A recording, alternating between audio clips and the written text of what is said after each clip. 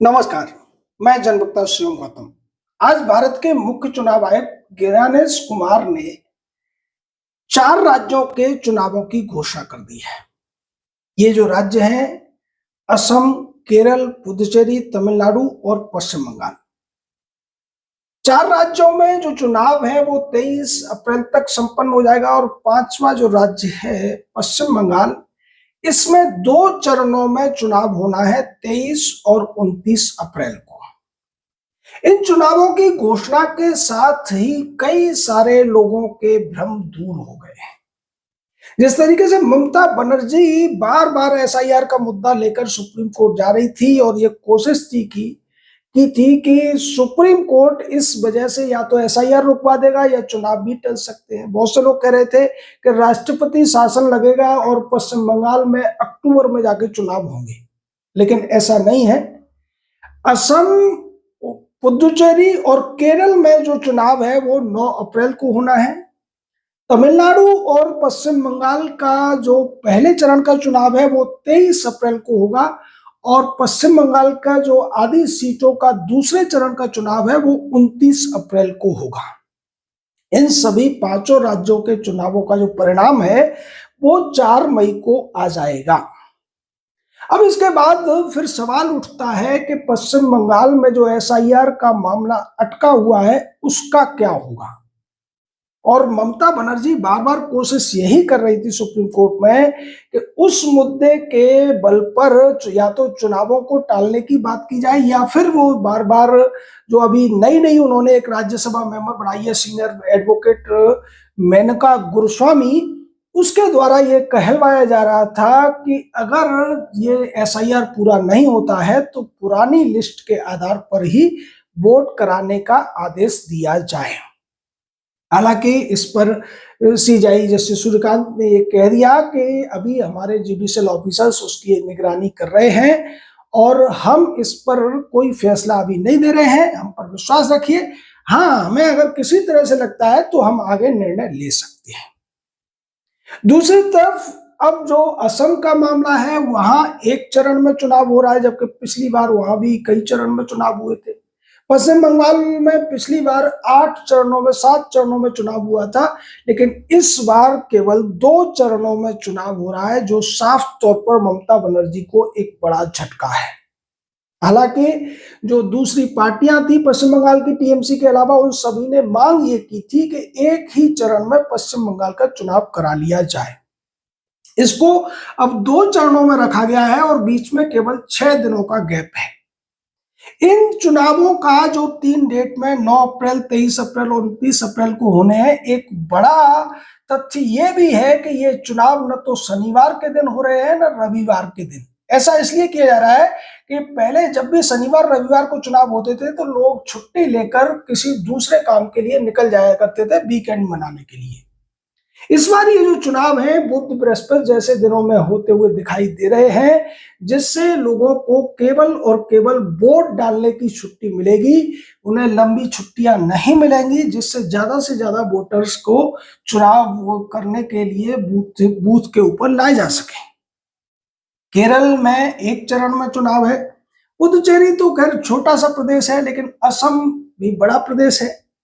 तमिलनाडु भी बड़ा प्रदेश है, वहां भी एक ही चरण में चुनाव हो रहा है और ये एक अच्छी बात है, क्योंकि जब कई चरणों में चुनाव होते हैं तो कुछ पार्टियों के पास, जिनके पास ज्यादा संसाधन होते हैं, उनके पास ज्यादा एडवांटेज मिल जाता है उन लोगों को और बाकी पार्टियों को कम एडवांटेज मिलता है। इससे कई बार जो चुनाव का रिजल्ट है वो भी प्रभावित हो जाता है। मतदाताओं को अगर चैनलों के माध्यम से अगर गलत फीडबैक मिल जाती है तो वो अपना मत भी बदल देते हैं, लेकिन ऐसा होता हुआ इस बार दिखाई नहीं देगा। और इसके बाद ये भी तय हो गया है कि ममता बनर्जी की जो निर्ममता है पश्चिम बंगाल में, अब वो पूरी तरीके से उस पर ब्रेक लग गया है, क्योंकि चुनावों की घोषणा होते ही अब जो चुनाव आचार संहिता है वो लागू हो गई है और अब किसी भी तरीके का जो प्रशासन या पुलिस के ऊपर नियंत्रण है ममता बनर्जी का, वो पूरी तरीके से चुनाव आयोग के हाथ में आ गया है। हालांकि ममता बनर्जी ने एक मार्च निकालने की पहले से घोषणा कर रखी है। अब वो मार्च में क्या कह पाएंगी, वो साफ तौर पर चुनाव आयोग को निशाना तो नहीं बना पाएंगी।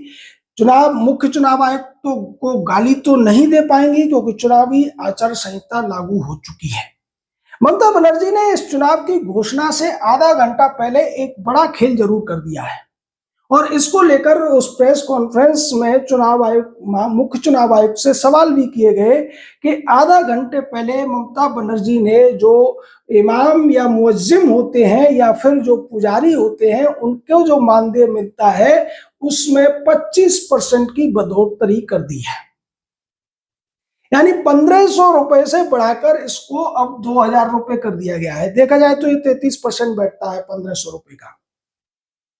तो इस पर मुख्य चुनाव आयुक्त का यह कहना था कि चूंकि ये हमारे प्रेस कॉन्फ्रेंस में चुनावों की तारीख की घोषणा से पहले किया गया है, इसलिए हम इस पर कुछ नहीं कह सकते। हालांकि ये मामला सुप्रीम कोर्ट भी जा सकता है कि चुनावों की घोषणा की प्रेस कॉन्फ्रेंस की तारीख और समय घोषित होते ही ये किया गया है। ये निश्चित तौर पर एक बड़ी चाल है जो ममता बनर्जी ने चली है और उन्होंने साफ तौर पर मौलवियों को और जो पुजारी थोड़े बहुत है पश्चिम बंगाल में उनको एक लालच देने का काम किया है। खैर, जो होना है उस पर सुप्रीम कोर्ट में अगर बाई चांस ये मामला जाता भी है हाई कोर्ट में तब भी बहुत कुछ होने वाला नहीं है, क्योंकि इस तरीके की चुनाव से पहले घोषणाएं आम होती हैं और तमाम पार्टियों के द्वारा लोगों को लुभावने वादे किए जाते हैं। घोषणा पत्र में तमाम तरीके की फ्रीबीज की घोषणा की जाती है, महिलाओं को वो एक पेंशन देने की बात की जाती है। तो ये सारा जो खेल है उस पर तो पहले से सुप्रीम कोर्ट में कई मामले पेंडिंग है, लेकिन आज तक सुप्रीम कोर्ट ने उनका फैसला नहीं किया है। चुनाव आयोग भी बहुत ज्यादा इस पर कुछ नहीं कर पाता है। हालांकि अगर देखा जाए नैतिक तौर पर तो जो रिप्रेजेंटेशन ऑफ पीपल्स एक्ट है उसके अनुसार ये साफ तौर पर रिश्वत का मामला बनता है। लेकिन चूंकि हमारे यहाँ होता क्या है कि अगर संसद से कोई कानून बना है और उसमें जो वकील होते हैं या जो कोर्ट में तमाम दलीलों के बाद उसमें तमाम झोल निकाल लिए जाते हैं, उनकी परिभाषाओं को बदल दिया जाता है, उसके मीनिंग की अलग से व्याख्या कर दी जाती है। अगर वास्तविक तौर पर नैतिकता के आधार पर या अन्य देशों के मामलों के आधार पर देखा जाए तो ये जो फ्रीबीज होती है ये साफ तौर पर वोटर्स को दी जाने वाली एक तरीके की रिश्वत का ही वायदा होता है, जिसके एवज में वो वोट देने के लिए राजी हो जाता है। और तमिलनाडु जैसा राज्य तो इसके लिए बहुत पहले से कुख्यात रहा है कि वहां जो दो मेन पार्टियां हैं, चाहे एआईडीएमके हो या डीएमके हो, ये कभी वोटर्स को टीवी भेंट करती हैं, कभी मोटरसाइकिल, कभी फ्रिज, कभी कुछ, कभी सोने की चैन, तो ऐसी चीजें वहां दी जाती रही है।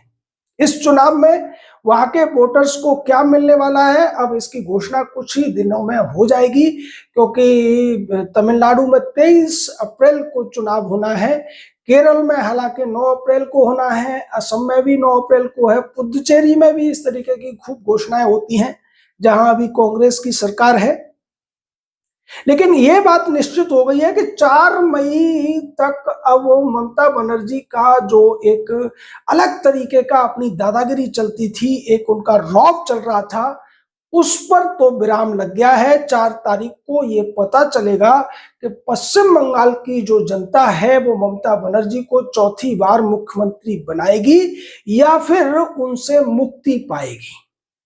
बाकी असम की जनता भी क्या चाहती है ये पता चल जाएगा, केरल की जनता भी पता चल जाएगा क्या चाहती है, और पुदुचेरी में भी पता चल ही जाएगा कि वहां के लोग क्या चाहते हैं। आपका इस पूरे मामले पर क्या कहना है, अपनी राय दीजिए, हमारे साथ जुड़े रहिए। जय हिंद, जय भारत।